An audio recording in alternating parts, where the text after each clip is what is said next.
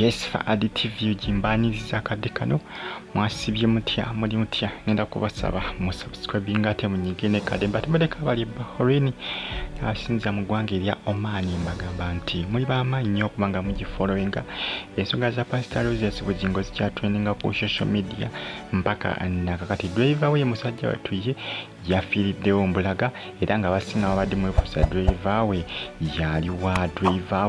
ekifaananyi ekyolingira ku bbali kifaananyi kivuddeko kiri kyolengedde wali ku bbali awo yalina Pastor Roses Bugingo era balina pati gye baali baliko bamwita musajja mukulu amanyikiddwa nga Richard yabadde ali mu kuvuga Pastor Roses Bugingo era nga yabadde nga PA we gwoso okuyita personal assistant we ebiseera ebisinga olusi sometimes ng'akola kugamba badde mukwano gwe nga yafuuka blaza we nga byonna abikola akola obwa driver n'era ng'amuyisanga omuntu we owa family musajja mukulu yogolengera mu kifaananyi yogolengera jukeno Pastor Bugingo yali mu kunyiga essimu wano Pastor Bugingo yali mu kunyiga essimu kati ono ali wano ku bbali ono Pastor Bugingo yanyiga essimu kati ono ali ku mukono guno ogweno ono atanyiga ssimu ye musajja mukulu Richard afiridde mu kavuyo kano Uncle Richard abasajja n'abagambye abadde bazze kubanga bata Pastor Bugingo babadde batagetinze ye era gwe bali basinga okubanga bakola kibeetaaga ndowooza bagenze otuukawo ne basoberwa ng'ate balabo driver ate nga bakuba amasasi gaakumukumu kubandowooza ogakuba badde bamusuubira okuba emaaso naye ng'ate yatudde mu kifo kya maaso nga yatudde mabega Uncle Richard bw'ate bw'afudde nteekateeka z'okumuziika byonna bijja kuba byanjulwa essaawa yonna Pastor Bugingo ye akyaliyo mu ddwaliro tali bubi ali kiriya ali bulungi tayina buzibu bwonna just nabagambye yafunye mu scratch ekifaananyi kyolengedde ekivuddeko kya Pastor Bugingo ekifaananyi kyolengedde essaawa zino wewe bakubidde amasasi ennansana ng'ayambuka ewali amakaage nansana ensasa gebadde y'amaanyi nnyo naye ndowooza abantu baka bavuddeyo mangu era ndowooza nakyo kiyambeko Pastor Bugingo okusimatuka olw'ensonga nti bagakubye bapakuka amasasi nga bamaze okuba nga bakuba driver ndoza tebafunira budde bakola kibu kyekinga oba gwe basse Pastor Bugingo oba basse muntu mulala baduse kiwalazima ndowooza singa abantu tebavuddeyo mangu osangala Pastor Bugingo ndoza baali mu kukunuddeyo mabega gy'abadde atudde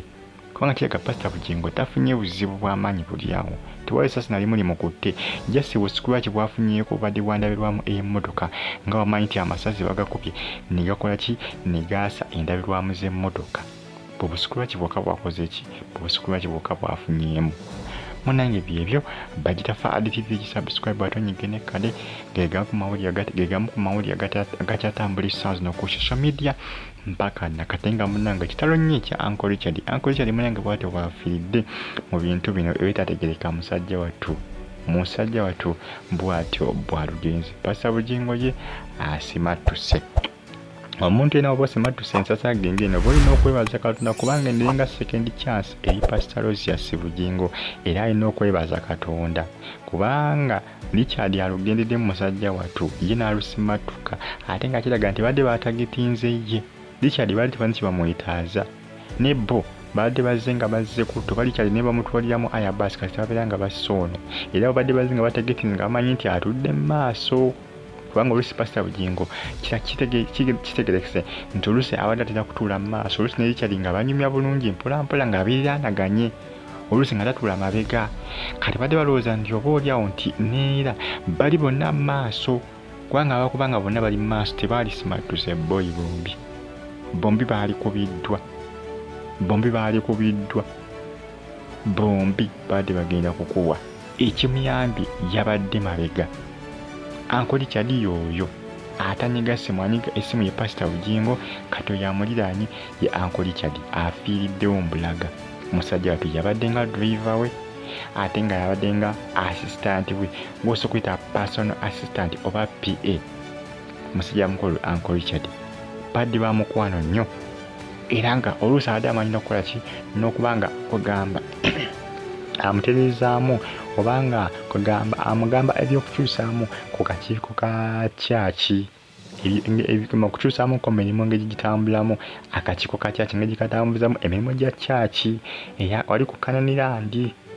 y'omu ku abadde bakola ki y'omu ku abo abadde bamuwabula ne munange bwate bwafudde mu nsasa gebaddewo zibadde saanuza nga 5 ez'ekiro ennaku za mwezi 2 January twakatandika omwaka naye muntu wange tegenda kubeera mwangu guno saawa zibadde 5 ng'ava ku Kanani ayolekere waka ennansana bakuba ekyenjawulo omukyandowooza yabadde waka Susan Makula tabaddeemu baddemu babiri ye ne PA we oba ne driver we mbagambye Uncle Richard yabadde akola obwa driver ate ng'akola n'obwa assistant bwa Pastor Bugingo ng'amukiikirira waatali ng'oluusi akola ki ng'oluusi asindikayo ye watasobodde kubanga agenda ng'ali bize oluusi ng'asindikayo ni Uncle Richard n'akola ki n'amukiikira munange Uncle Richard bw'atyo bw'afudde mu bintu bino ebibaddewo olunaku olw'olwaleero kitalo nnyo kya Uncle Richard subscribe atonyigene kale kitalo nnyo omuntu yenna oba nga oli mulamu ng'osimatuse ensasa ng'eno si byangu bintu byakola ki byakubibaza Katonda kubanga 2024 akatandika naye abantu batandise okubanga kola ki batandise okubanga abanogoka omukwo byebyo munnange bitambula akadde kano ku shosho media kitalo nnyo kya Uncle Richard bw'atyo bwagenze musajja watu abasajja bamukubye amasasi nga bamanyi ndowooza bakuba Pastor Bugingo kwegamba munnange kitalo nnyo Pastor Bugingo ye yasimatuse era ali bulungi subscribe mwera